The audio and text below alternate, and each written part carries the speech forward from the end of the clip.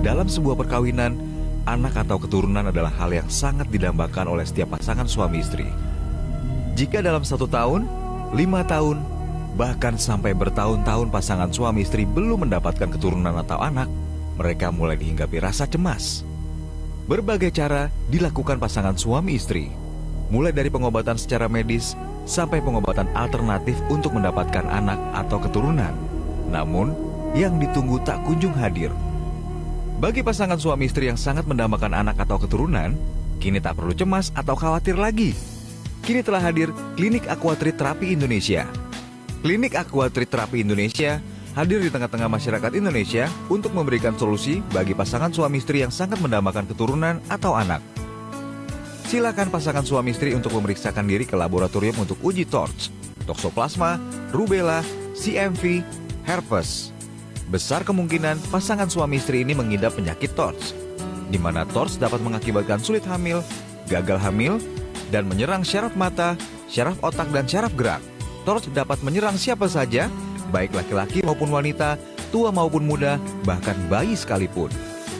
Penularan penyakit TORCH melalui hubungan intim, keringat, ASI, serta daging hewan potong yang tidak terlalu matang saat dikonsumsi.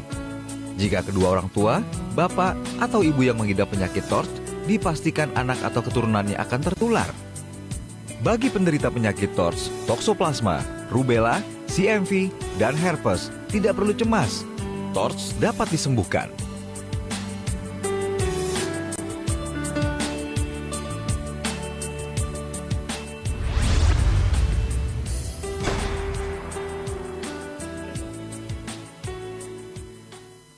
Assalamualaikum warahmatullahi wabarakatuh. Alhamdulillah wa syukurillah wa nikmatillah wa la haula wa la quwata illa billah. Nah, pada hari ini Ibu Bapak semua kita bertemu di sini. Saya akan menceritakan tentang TORCH.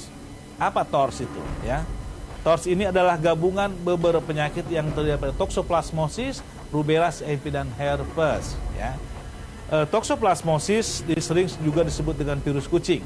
Ya, sesungguhnya disalah kaprah bahwa toksoplasmosis bukan virus tapi parasit atau protozoa. Karena memang si parasit ini hidup dalam tubuh binatang ternak dan binatang kesayangan. Binatang ternak terdiri daripada sapi, kerbau, kambing, domba, babi, ayam, ya. Sementara kesayangan kucing, anjing, kelinci, burung dan sebagainya.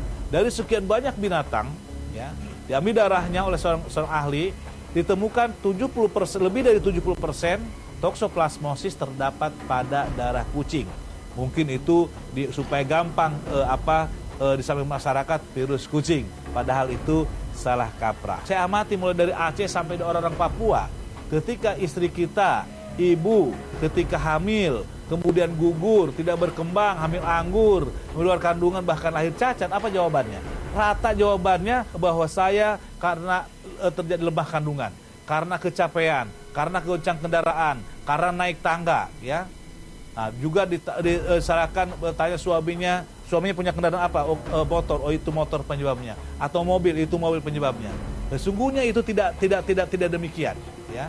Bukan karena lemah kandungan, bukan karena kecapean. Tuhan menciptakan organ tubuh yang paling kuat di antaranya rahim seorang ibu. Dia bisa mengenyangkan janin 0 bulan sampai 9 bulan. Tapi kenapa terjadi keguguran? Itu bukan lemah kandungan ataupun kecapean, karena adanya infeksi. Infeksi apa? Adanya virus dan parasit, yaitu toksoplasmosis, rubella, CMV, dan herpes. Untuk mengetahui bahwa kita terinfeksi TORCH, satu jalan yang uji lab, uji TORCH namanya, ya. Uji TORCH, silahkan datang ke lab yang ada di kota Anda masing-masing, ya. Ujilah tokso, rubella, CMV, dan herpes itu TORCH. Tokso, rubella, CMV, dan herpes baik IgG maupun IgM. Nanti akan diketahui. Ketika itu diketahui ada tokso, rubella, CMV, dan herpesnya, itu mutlak harus diobatin. Mungkin saja ketika uji lab itu negatif. Loh, kok istri saya negatif? Tapi kenapa kok gugur juga? Kenapa kok sulit hamil juga? Ya. Nah, di sini ternyata bukan hanya tokso yang dapat menyebabkan gagal hamil, sulit hamil. Ada temannya, siapa? Ada rubella, ada CMV, dan herpes. Nah, rubella disebut juga dengan campak Jerman.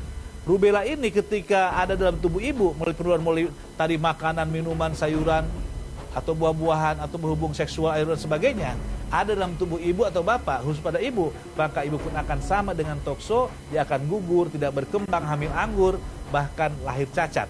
Nah, lahir cacat di sini Terutama pada rubella akan terjadi glukoma, kerusakan pada mata. Ya, ibu bisa lihat di lapangan anak-anak baru TK, SD udah kacamata, minus sekian, silinder sekian. Nah, sebagaimana kita tahu informasi ini, kenapa anak ibu pakai kacamata? Pasti jawabannya karena terlalu dekat nonton TV, karena baca kurang cahaya. Mungkin sejak SD sampai sarjananya kita, itu yang kita dapatkan. Ternyata itu bukan karena TV, bukan karena cahaya. Itulah infeksi virus dan parasit ini. Toxoplasmosis, rubella, CMV, dan herpes ini. Terutama rubellanya. Nah, rubella juga dia dapat menyebabkan terjadi pengapur otak, terjadi bibir sumbing, tunarungu, ya. Nah, hidrocephalus. Nah, kemudian mungkin saja ketika uji lab rubella negatif, tetapi ada cytomegalovirus, sama juga dia pun akan gugur, tidak berkembang, meninggal dalam kandungan, lahir cacat. Nah, pada kecacatan ini, pada cytomegalovirus biasanya terjadi mikrocephalus, pengecilan kepala. Maka anak kita akan kejang-kejang. Kemudian terjadi kelumpuhan, itulah cytomegalovirus. Kemudian ada satu lagi herpes. Nah, herpes ini ada HSP1 dan HSP2.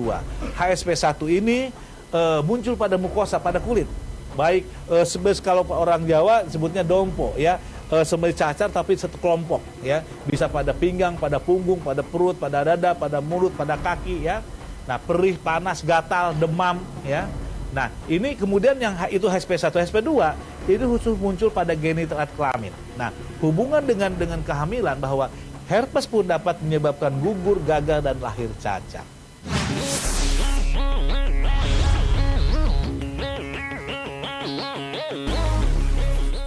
Jadi sebelum saya menikah, saya pernah memiliki kista 8,5 cm dan pada saat itu dari dokter meminta saya untuk mengangkat rahim saya, tapi akhirnya saya melakukan operasi di negara tetangga kita.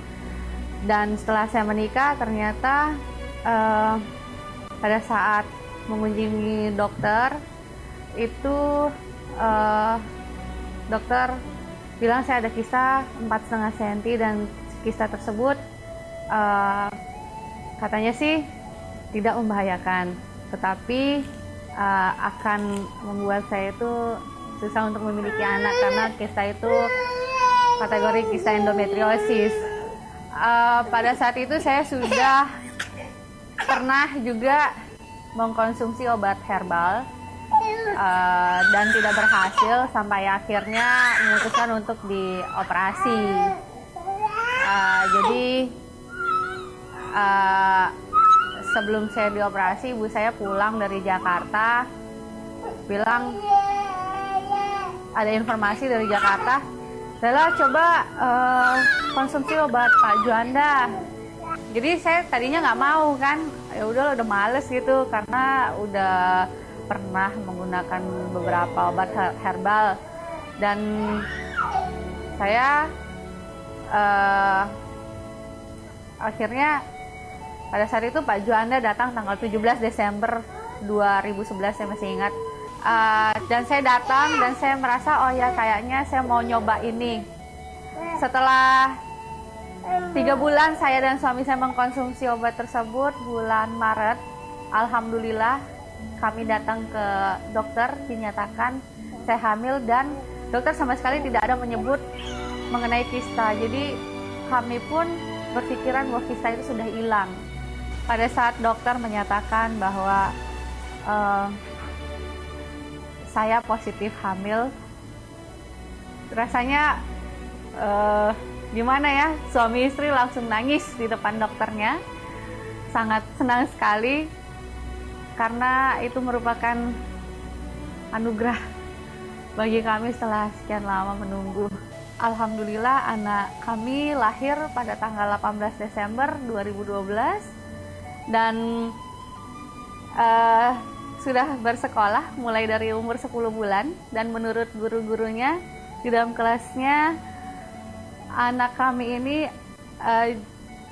lebih dari teman-temannya yang lain. Jadi sudah lebih pintar, lebih bisa bersosialisasi, lebih aktif.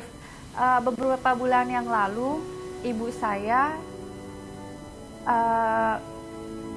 bilang ke saya, kok di kaki saya ini ada benjolan katanya gitu. Jadi beliau datang ke dokter dan menurut dokter, oh Bu ini kista katanya gitu, harus dioperasi. Dan